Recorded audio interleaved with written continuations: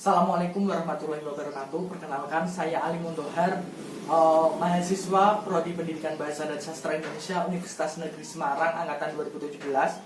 Di sini saya akan mempresentasikan terkait pembelajaran menulis cerita pendek atau cerpen dengan model example non-example. Dilatar belakangi karena keterampilan menulis sendiri merupakan keterampilan dari 4 keterampilan berbahasa di bahasa Indonesia. Keterampilan menulis satu dari keterampilan membaca, menyimak, dan berbicara. Menulis ini adalah suatu keterampilan berbahasa yang digunakan untuk berkomunikasi secara tidak langsung lewat tulisan yang bersifat produktif dan ekspresif. Lalu cerita pendek ini merupakan sebuah cerita atau karya fiksi pendek yang mencakup suatu kejadian yang berfokus pada seorang tokoh dan memiliki alur tunggal. Cerita pendek ini termasuk dalam prosa di sebuah karya sastra, karena karya sastra sendiri terdapat 3, yaitu puisi, prosa, dan drama. Dan cerita pendek adalah salah satu dari prosa. Menurut Ahmad sendiri, di tahun 2015, pada umumnya struktur cerpen terbagi menjadi 6, yaitu abstrak, orientasi, komplikasi, evaluasi, resolusi, dan koda. Sedangkan menurut Kosasi, di tahun 2012, unsur-unsur cerpen terbagi menjadi 5 unsur, yaitu alur, penokohan, latar, tema, dan amanat. Sedangkan kaidah kebahasaan teks cerpen adalah pilihan kata, idiom, frase. Yang kedua yaitu pengolahan paragraf atau isi cerpen yang kohesi dan koherensi sehingga alurnya jelas atau runtut. Dan bahasa disesuaikan dengan aspek sosial yang memang melatar belakangi adanya cerita pendek ini. Untuk langkah-langkah menulis cerpen itu sama dengan langkah-langkah menulis teks lainnya, yaitu yang pertama tahap persiapan, kita harus menentukan tema, amanah, tokoh, ataupun lainnya yang akan kita sampaikan kepada pembaca nantinya. Lalu yang kedua tahap inkubasi, seperti tahap dimana kita menulis kerangka, merancang kerangka. Yang ketiga yaitu tahap inspirasi, dimana pembaca atau kita sendiri bisa mencari inspirasi atau imajinasi agar nantinya ide atau gagasan yang ingin kita sampaikan bisa terangkai di dalam situ. Yang keempat adalah tahap menulis, di mana kita langsung menuliskan semua hal, semua ide, semua gagasan yang ingin kita sampaikan kepada pembaca. Sedangkan yang kelima yaitu tahap revisi. Tahap revisi ini adalah di mana tahap kita membaca ulang ataupun lain orang membaca karya kita agar nantinya bisa kita tinjau kembali dan kita koreksi bagian cerita yang memang perlu dikoreksi, seperti itu. Lalu ada model example non-example. Model ini adalah model pembelajaran yang menggunakan bantuan gambar-gambar seperti diagram, foto, tabel, atau sesuai dengan lingkup materi pembelajaran. Untuk pembelajarannya, langkah-langkahnya yaitu guru mempersiapkan gambar, guru menempelkan gambar di papan, lalu guru memberikan petunjuk atau memberi kesempatan kepada peserta didik untuk menganalisis gambar, lalu mendiskusikan kelompok. Ada tiap kelompok diberi kesempatan membacakan hasil diskusinya, mulai dari komentar atau hasil.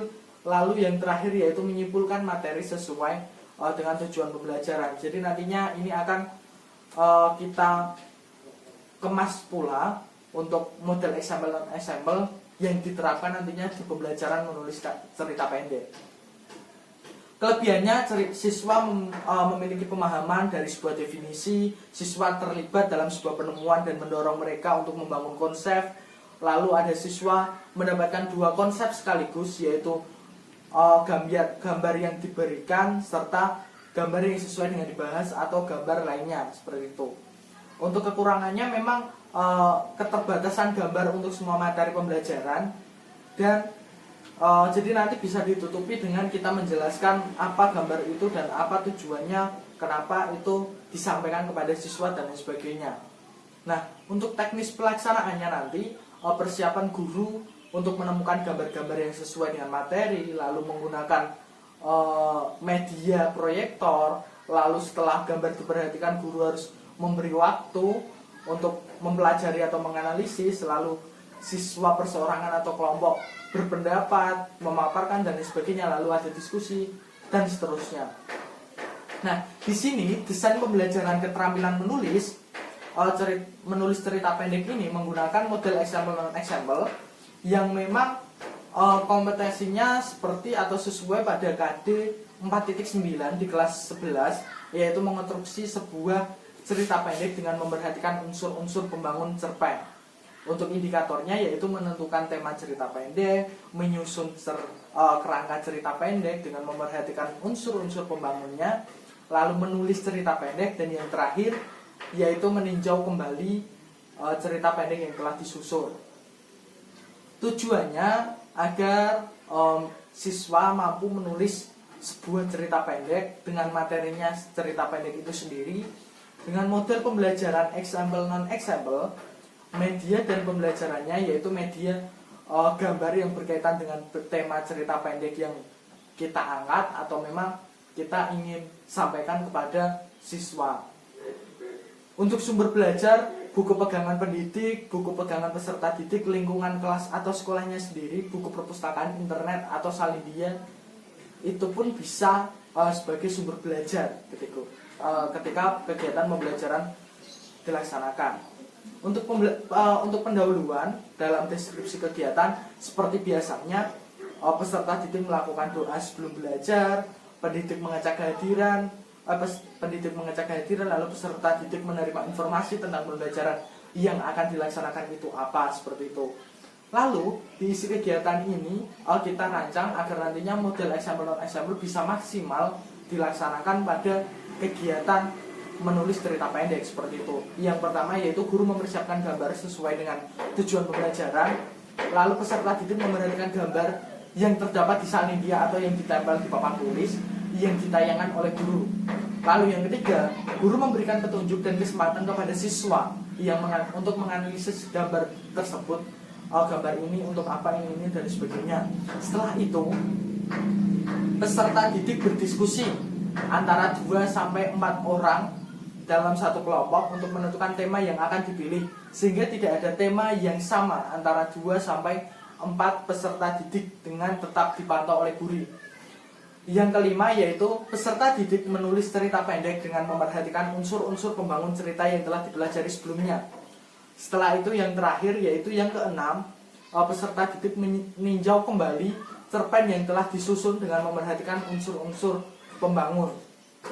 Yang terakhir penutupannya yaitu peserta didik menyimpulkan materi yang telah dipelajari dengan merespon pertanyaan guru yang sifatnya menuntut dan menggali, lalu merefleksi, lalu memberikan umpan balik, lalu guru memberikan tugas mandiri untuk nantinya terkait kemampuan menulis cerita pendek ini bisa dikembangkan oleh siswa di kehidupannya sehari-hari. Entah nantinya bisa pula menulis cerita pendek ini bisa menjadi ladang untuk nantinya ladang pekerjaan, bisa diunggah di Wattpad, di internet, di Instagram maupun di surat kabar, yang memang pada saat ini menulis cerita pendek bukanlah suatu hal yang mustahil, dan memang banyak pula surat kabar atau internet yang mau untuk menampung semua karya sastra, diantaranya yaitu karya sastra cerita pendek.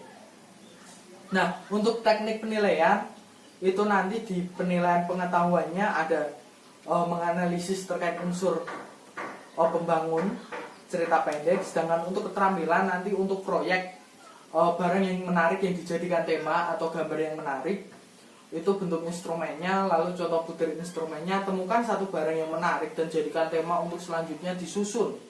Nah, ini misal proyek tersebut adalah di luar pembelajaran selama 1 minggu, jadi ini termasuk di proyek dalam 1 minggunya. Untuk praktiknya yaitu menulis cerita pendek dengan waktu pelaksanaan saat pembelajaran yang ditentukan atau gambar yang telah ditentukan oleh guru, seperti itu.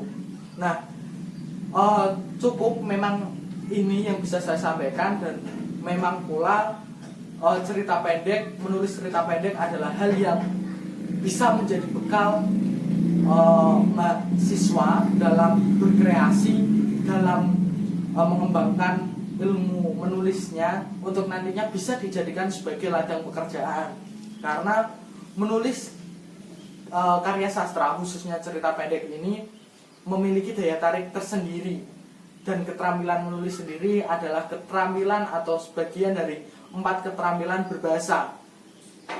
Dan itu adalah bisa menjadi potensi bagi siswa masa kini. Seperti itu, cukup sekian. Wassalamualaikum warahmatullahi wabarakatuh.